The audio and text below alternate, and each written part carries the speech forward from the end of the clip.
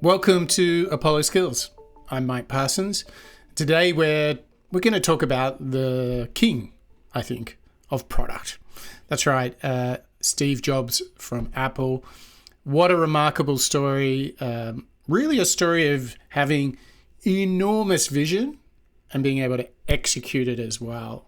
You think about it, iPad, iPhone, iWatch, anything. It is amazing the vision he had for simplicity and the fact that he could deliver that in so many products. I mean, consistency just off the charts. So as usual with this format, when we do a case study, we're going to look at what he did, how he did it, why this all matters, and perhaps most importantly of all, we want to figure out how we can adopt some of the practices of Steve Jobs in our work. What can we learn from him and how can we do it too? So as usual, you'll have a link to the full post down in the description. If you'd like me to make a course around these 10 ideas, please let me know. I'll get that onto apolloskills.com. So yeah, really looking forward to your feedback. And of course, if you like this video, give us a thumbs up. Okay. Steve Jobs transformed technology by creating iconic products essential to modern life, from the iPod to the iPhone to the MacBook. Under Jobs' leadership, Apple grew from a startup in a garage to a company worth over $2 trillion, launching category-defining products that changed industries. Jobs saved Apple from bankruptcy upon his return in 1997, and then he led the company to become one of the world's most valuable, innovative, and admired brands. But what's behind Jobs' genius for creating revolutionary products? He wasn't a traditional engineer, nor was he kind of that typical CEO. Jobs was driven by a different playbook that combined user-centered design, perfectionism, and a relentless drive for innovation. Here are my fundamental top 10 principles that helped Jobs create Apple's legendary products and build an enduring legacy. With actionable steps, founders can use these and apply them to their own ventures too. Okay, number 1, vision. Imagining the future and then building it. Jobs had an uncanny ability to envision the future, seeing possibilities beyond what existed. In the early 2000s, Jobs foresaw the future of personal computing would move beyond the desktop, leading to the creation of devices like the iPhone and iPad, which have really changed how people connect, work, and play. So what's your takeaway? A bold, clear vision drives innovation and pushes boundary. Make sure it's bold and clear. So try this. Define an ambitious but achievable long-term vision, even if the path isn't clear yet. 2, talk directly to customers and prospects to understand their needs and their potential future desires. And lastly, allocate weekly time to brainstorm steps to bring your vision closer to reality. All right, that's number 1. Number 2, relentless focus. This is a big one. Do less, but do it better. When Jobs returned to Apple in 1997, he cut 70% of the company's product line to concentrate on a handful of core products. This focus really allowed Apple to perfect each product, resulting in the iconic iMac, which helped save Apple and signaled the beginning of its comeback. Your takeaway? Prioritizing and simplifying allows for maximum impact and quality. So try this. List every current project and product, then identify and cut any that don't align with your core goals.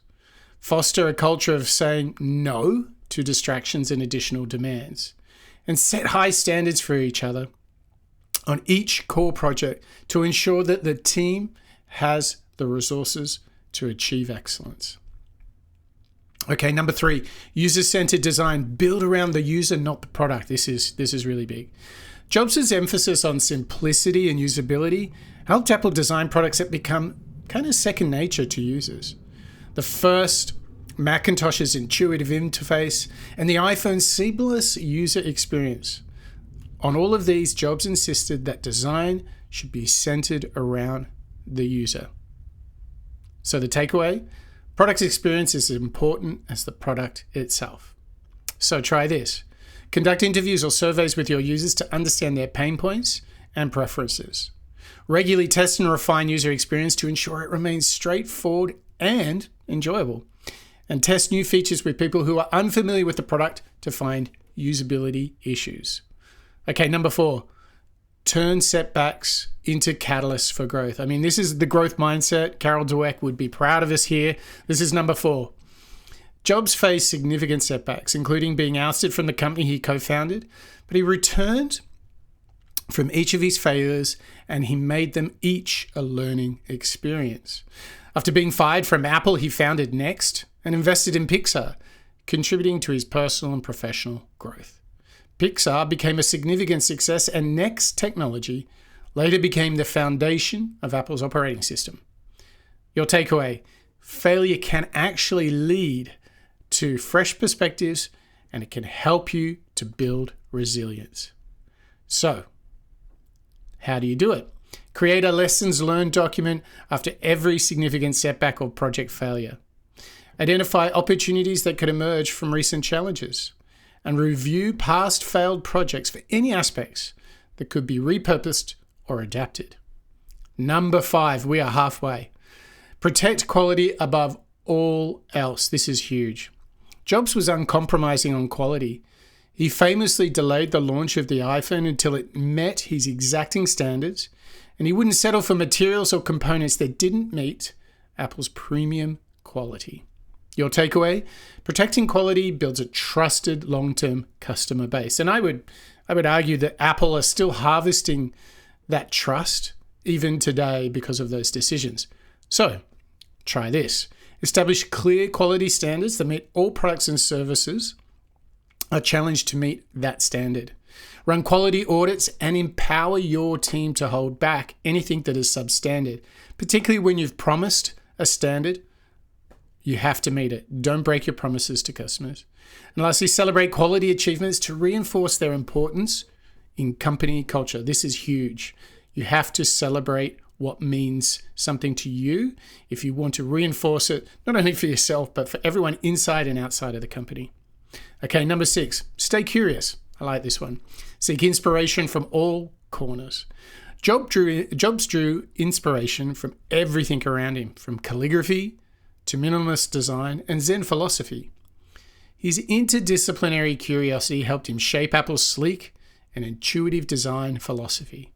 Your takeaway: curiosity fuels creativity and allows for unexpected connections.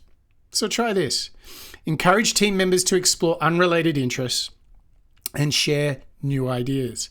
Schedule regular brainstorming sessions for the team to bring insights from different fields. And experiment with new techniques or materials that might differentiate your product. Number 7, build an A-team. Talent creates value. Jobs believed in surrounding himself with the best.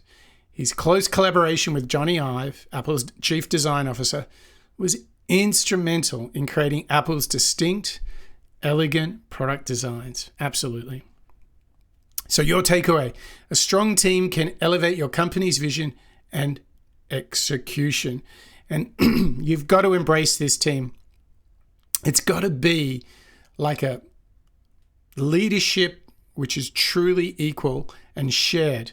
I mean, you don't want the burden all on your own shoulders. So share the load and collaborate. So how do you do that? Clearly define your company culture to attract talent that is aligned with your values. Offer meaningful growth opportunities to retain high-performing team members, and foster a collaborative environment that encourages cross-functional innovation. All right, number 8, not many to go. Master the art of storytelling. Jobs didn't just launch products, he crafted experiences that made each launch memorable. His presentations were famous for their simplicity, drama, and creating a lasting impression of Apple's products. So your takeaway: a compelling story elevates the product beyond its features. So try this. Develop a narrative for each product that emphasizes the problem it solves for customers. Practice storytelling techniques to deliver your message with clarity and emotion. And ensure brand consistency across all touchpoints, from your website to product packaging. Number 9, Lead with passion. Make your mission personal. Jobs was passionate about creating products that empowered people and shared that passion with his teams. His commitment to Apple's mission energized employees and inspired customer loyalty. So your takeaway, passion is contagious and motivates people to go above and beyond. So try this. Share your connection to the company mission with your team. Celebrate team achievements and connect them to the larger company goals. Encourage team members to reflect on how their roles support the mission. Lastly, number 10, build a legacy, not just a company.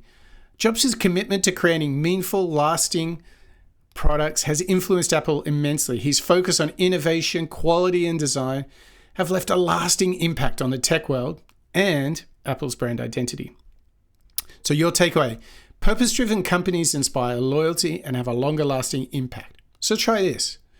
Clearly define the social or environmental impact you want your company to make. Find ways to give back to your community or contribute to meaningful causes, and reinforce the idea of a legacy within your team, inspiring them to think about the long-term impact. Final reflection, blending visionary thinking with uncompromising quality and simplicity.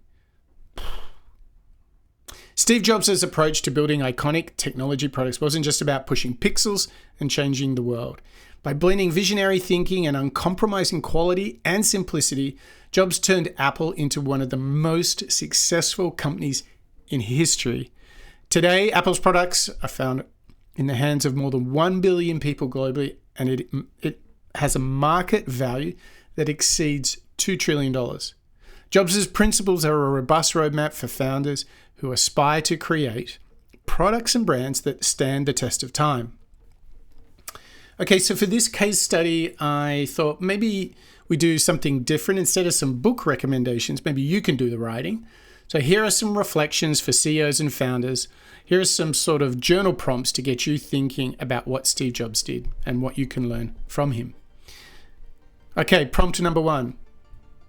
How clear and bold is my vision for the future of my business? So you can write to this. Here's another one. What priorities could I cut to bring more focus to my core offerings? Number 3, how can I ensure that the quality remains central to every product or service we deliver? 4, where can I seek new ideas and inspiration outside my industry? And 5, in what ways can my company create a legacy beyond profit? Embracing Steve Jobs' insights will help you build better products, shape a company that resonates deeply with people, and create an enduring legacy that matters. All right, so there you have it. That's what we can learn from Mr. Steve Jobs. 10 big ideas. Hopefully one of those works for you. Let me know what you think in the comments below, and head over to Apollo Skills where you can learn a ton about Steve Jobs and many, many others. So that's it for today. We'll see you next time. The Apollo Book Podcast. Learn fast, remember forever. Get free quizzes and take home activities by visiting apolloskills.com.